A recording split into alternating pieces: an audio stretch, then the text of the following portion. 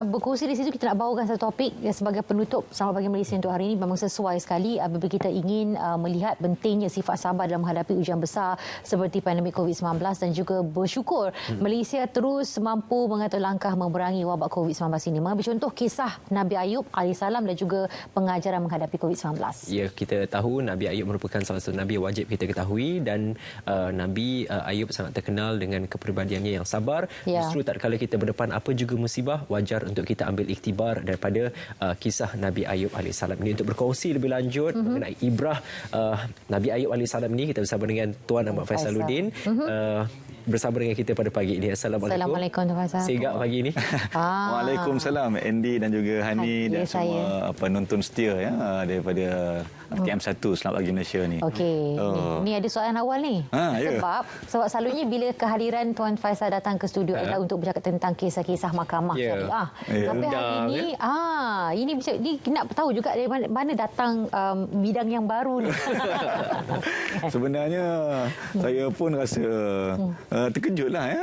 Sebab kebiasaannya kalau media ni menjemput saya berbicara berkenaan dengan hal ehwal rumah tangga di mahkamah, undang-undang kan. Ianya bermula apabila PKP ni lah. PKP ni semenjak bulan 3 itu ialah bila kita tutup pejabat, mahkamah pun tutup, kita tak boleh ke mana-mana. Jadi saya pun cubalah membaca-baca balik buku-buku lama kan. Termasuklah berkenaan dengan kitab kisah Nabi. Kisah-kisah Nabi ayah saya punya sebenarnya. Jadi bila ayah saya tak berapa sihat, so saya sekarang baca balik kan. Jadi dalam keadaan yang sama, tengah belik-belik tu saya terbaca berkenaan kisah Nabi Ayub AS.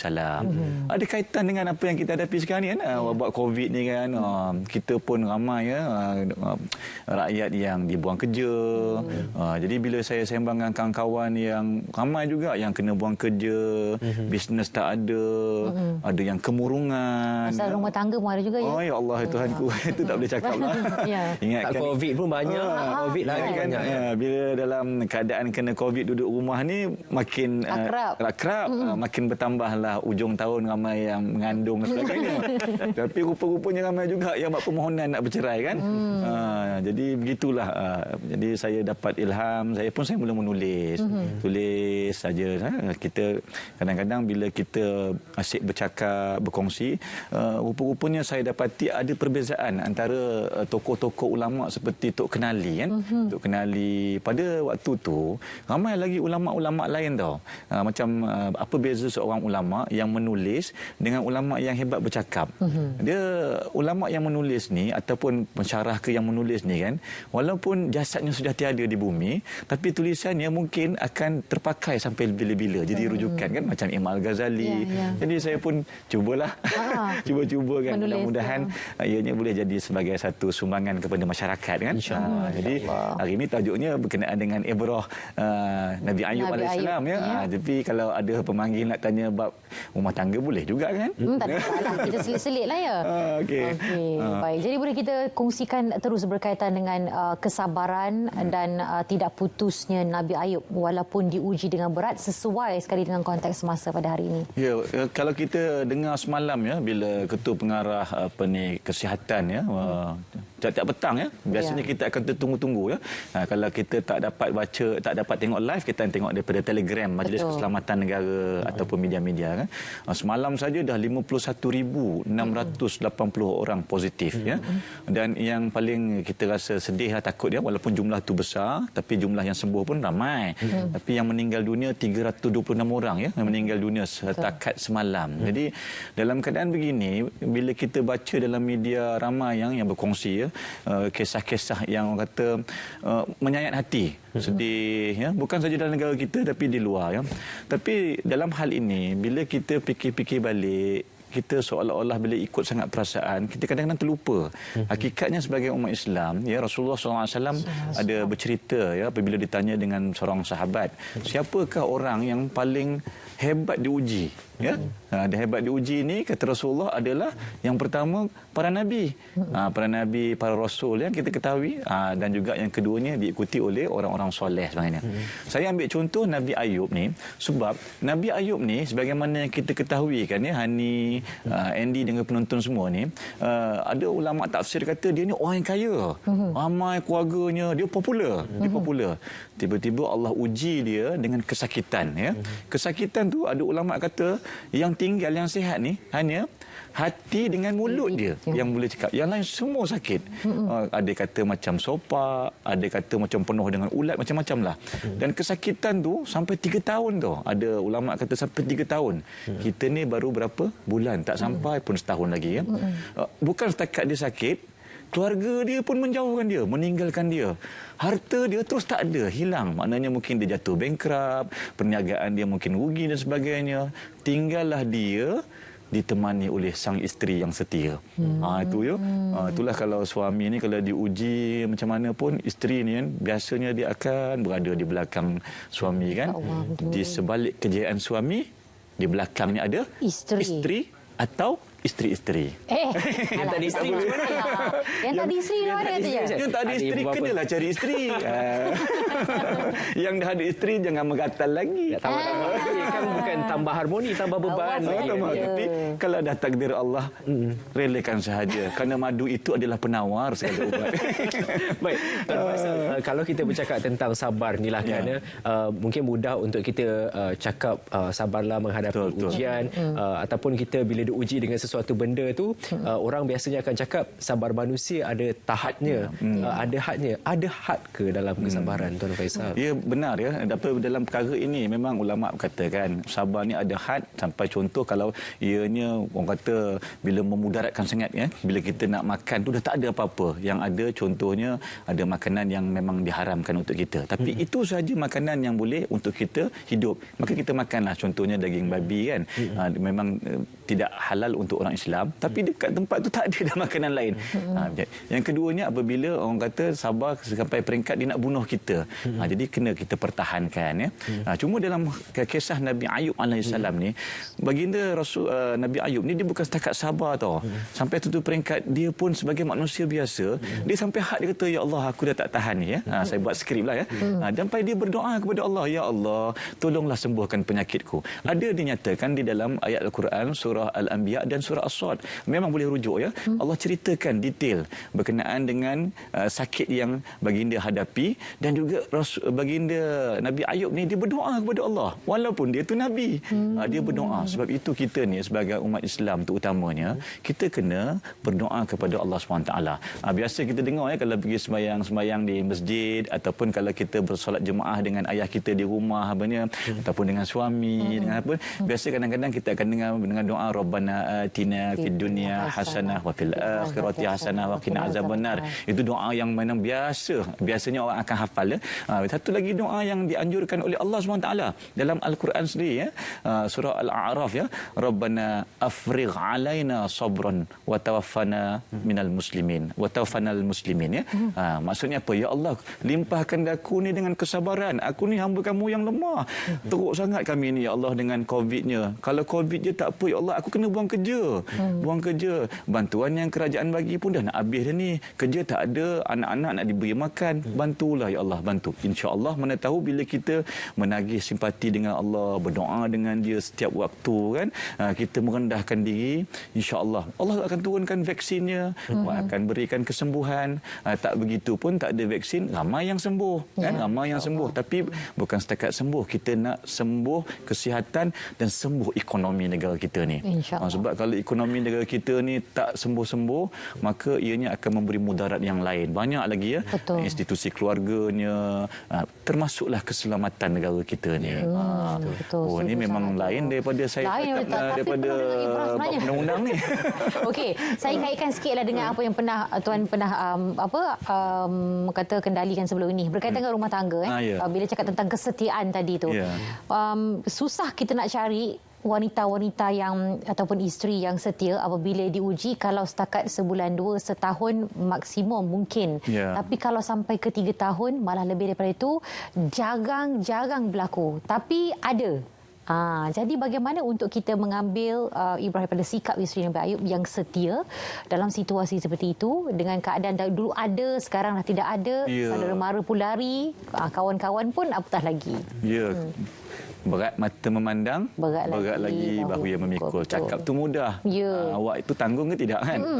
Jadi dalam keadaan begini benar ya. Dalam kisah Nabi Ayub alaihissalam ni, bila dia dah berdoa apa semua, Allah makbulkan, Allah sembuhkan. Bila Allah sembuhkan tu, bukan setakat sembuh, tetapi Allah kurniakan dia balik kekayaan yang melimpah ruah kembali, dan semua ya manusia kan, keluarga pun patah balik baik. Macam magnet lah.